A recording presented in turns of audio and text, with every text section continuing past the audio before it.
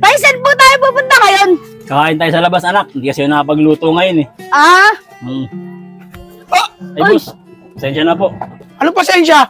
Ang luwag-luwag ng daan, oh. Nambabangga ka. Gusto niya ata ng gulo, eh. Ay, hindi po, boss. Pasensya na po kayo. Hindi ko po kayo napansin eh. Nag-usap po kasi kami ng anak ko. Ay, bakit tumingin ka ng pasensya? O ikaw, di mo ba alam siga yung tatay ko? Baka bugbugin ka na ako! Boss, pasensya na kayo, boss. Nagbibiro lang po yung anak ko. Mayabang ka bata ka. Ako, bubugbugin na ito.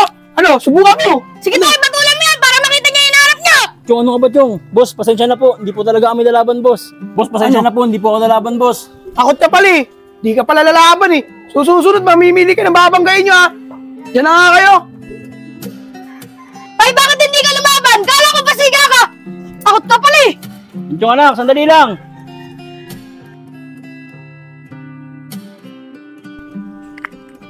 Chong, anak. Yan ka lang muna, ha. Punta lang ako kay Kuya Andre mo. Maninila ko ng pautang. Wala na kasi tayo pang gastos, eh. Tay, pwede ba ako sumama? Naboboring na kasi ako dito sa bahay eh. Wala akong magawa. Ano ka ba naman, anak? Saglit lang naman ako, eh. Babalik din ako agad. Tay, sige na, sama mo na ako. Ay, nako, anak. Sige na, halika na. Patay mo yung ventilador, ha. Opo, tay.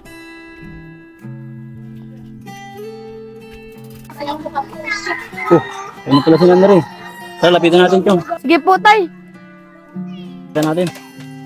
Talo na naman. Pre! Uy, pre. Baka naman pwede ko nang makuha sa'yo yung hiniram mo sa akin. Ipagagamitan lang ako. Ang kulit mo rin, eh, no? Di ba nag-chat ka na sa akin kagabi? Sabi ko sa'yo, di ako makapagbayad. Tapos ngayon, pupunta mo ako rito, alam mo, naglalaro ako. Eh, pre, pasensya ka na talaga. Kailangan na kailangan ko, eh. Lalo ngayon, nawalan pa ako ng trabaho. Wala na kami pang gastos ng anak ko. Oo nga po! Magbayad po kayo ng utang sa tatay ko! May pangsungal po kayo pero wala kayong pambayad sa utang! Ang kulit nyo rin mag-ama, eh, no? Sinabi ko na wala akong mabayad sa inyo, kukulit nyo. Yan tuloy, minamalas pa ako sa paglalaro ko. Malis na nga kayo dito. Baka masaktan lang kayo sa akin. Sige na, Vince, tumira na. Pre, sige na, pre. Baka naman meron ka dyan kahit konti lang. Kailangan ko lang talaga ng pera. Ang kulit mo rin, eh, no? Naghanap ka ba talaga ng sakit ng katawan? Sige tay, patulan mo! Pinagmamalaki mo itong tatay mo? Sige, pumatol ka! Tay, kaya mo yan! Labanan mo yan! Hindi, pre. Hindi ko naman gusto ng gulo, eh. Gusto ko lang masingil yung inutang mo sa akin pera. Di naman pala kayo naghahanap ng gulo, eh. Malis na kayo!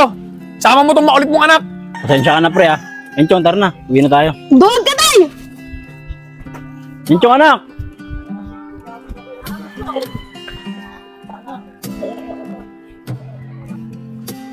Eh, Nad, pwede ba ako makitambay dito? Nakasar kasi ako sa tatay ko eh. O sige, Chong, pwede naman. Salamat po Kuya Nad. Bakit ba, Chong? Ano bang problema mo sa tatay mo? Kuya Nad, si tatay kasi napakaduwag. Ilang beses ko na siya nakikitang hindi lumalaban at nakagabyado. Malayong-malayo siya sa kinuwento niya sa akin. Nasiga daw siya dati. Alam mo, Chong, totoo naman yung mga kinuwento sa'yo ng tatay mo, eh. Na dati siyang siga. At marami ding takot sa kanya. At saksi ako dyan. O talaga pre, magbago ka na. Malabo na yun, pre. Eh, pre. Mukhang kilala ko yan, ha. Ayun yung mahilig ng bahan ko sa kabilang barangay, eh. Tara, pre. Samahan mo ako. Ibigyan ko ng leksyon. Pre, huwag na kaya. Hayaan mo na yan. Mas maganda yung wala tayong taong nahargabyado. Tsaka palilitin lang mundo natin yan, eh. Magbago na tayo, pre. Hindi pwede sa akin yun, pre.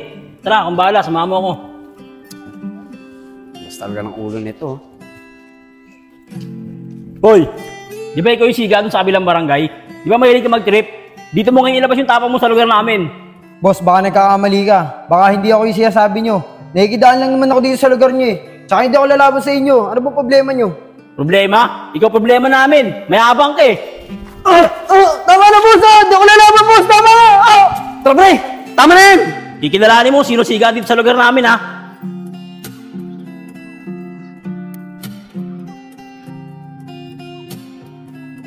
Kaya nga pre, sayang eh. No? Sayang talaga yun, tol.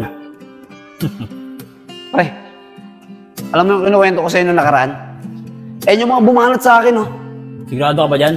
Oh, pre, sigurado ako. Tara, gaganti kita. Sumama ako. Pre, huwag na kaya. May hirap kalaban yung mga yan, eh. Tsaka mga batak sa away ang mga yan. Lugi tayo. Wala akong paki. Tara, sumama ka. Hoy, kayo din bumanat sa tropa ko ah. Totoo ba yan? Eh boss, napag-utusan na kami. Maangas to yung tropa mo eh. Kaya pinabanatan sa amin. Ah, ganun ba? Eh, maangas din ako eh. Tama!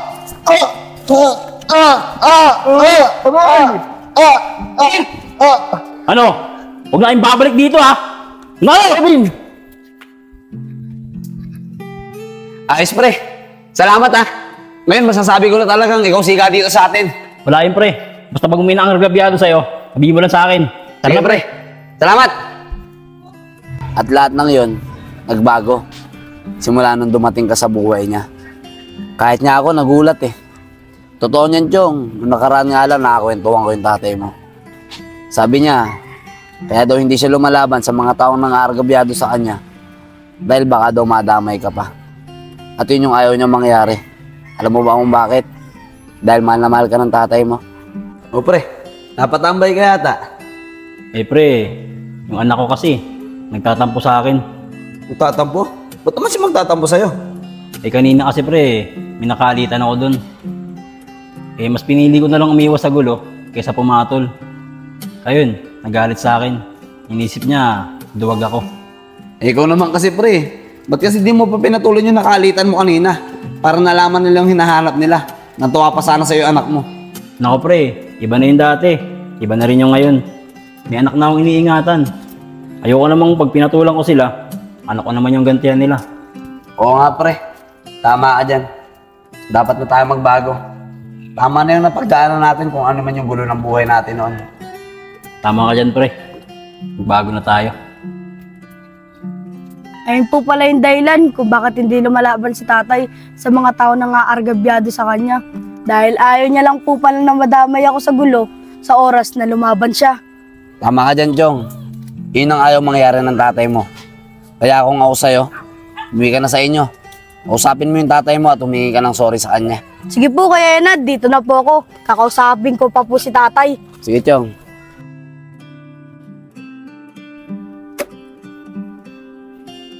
Tay, Oh, yan yung anak. Tay, sorry po. Patawarin niyo po ako sa mga nasabi ko at hindi maganda pag-uugali ko. Tay, naintindihan ko na po kung bakit di kayo lumalaban sa mga tao na aargabyado sa inyo. At alam ko na rin po na hindi kaduwagan ng pag-iwas sa gulo. At iniisip niyo lang po pala kapakanan ko dahil ayaw niyo akong madamay sa oras na lumaban kayo. Yan yung anak. Ito ang tatandaan mo ha. Maraming pwede magbago sa ugali at sa buhay ng tao. Lalo na kapag nagkapamilya na sila. Dahil may iniingatan na silang pamilya. Tulad mo anak, simula nang dumating ka sa buhay ko, umiwas na ako sa gulo. At iniingatan kita dahil mahal na mahal kita. Tay, maraming salamat po. Mahal na mahal din po kita.